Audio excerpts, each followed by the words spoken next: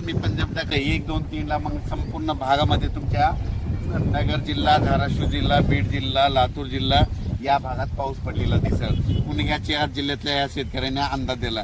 पूर्व विदर्भातल्या शेतकऱ्याला सांगू इच्छितो की पूर्व विदर्भामध्ये नागपूर, वर्धा, भंडारा, गोंदिया, चंद्रपूर, यवतमाळ, अकोला, वाशिम, हिंगोली, बुलढाणा, जळगाव या जिल्ह्यातल्या सर्व शेतकऱ्याला सांगू इच्छितो की 1, 2, 3 जुलैला मात्र तुमच्या इकडे मुसळधार पाऊस पडणार आहे. विदर्भ, पूर्व विदर्भ 6 जिल्हे आणि पश्चिम विदर्भ 5, 11 जिल्ह्यामध्ये मुसळधार पाऊस पडणार आहे. कुठं अतिवृष्टी होणार आहे, कुठं भाग बदलत पाऊस पडणार आहे, कुठं रिमझिम पडणार आहे. पण सांगायचं झालं तर यवतमाळ जिल्ह्यामध्ये खूप जोरात पाऊस पडणार आहे.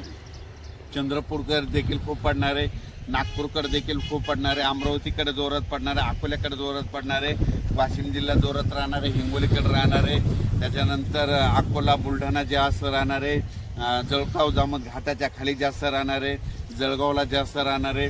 तिकडे पाऊस पडत असल्यामुळे त्याच्यामुळे जालन्याला देखील पाऊस पडणार आहे, संभाजीनगरला देखील पडणार आहे. म्हणजे सांगायचं झालं तर पूर्व आणि पश्चिम विदर्भ 11 जिल्ह्यामध्ये चांगला पाऊस पडणार आहे. म्हणून हे विदर्भ पश्चिम विदर्भातल्या शेतकऱ्यांनी हा अंदाज लक्षात घ्या.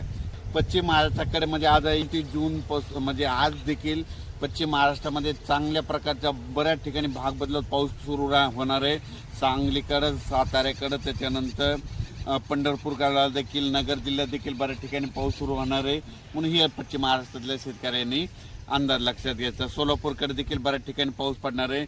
त्याच्यानंतर कोकणपट्टी आणि घाटमाथ्यावरल्या भागातल्या सर्व जनतेला आणि शेतकऱ्याला सांगू इच्छितो की कोकणपट्टी घाटमाथ्यावरला पाऊस मात्र कायम चालूच राहणार आहे, ते काय बंद होणार नाही. म्हणून हे त्यांनी लक्षात घेतलं. त्याच्यानंतर आता उत्तर महाराष्ट्राकडे वळू.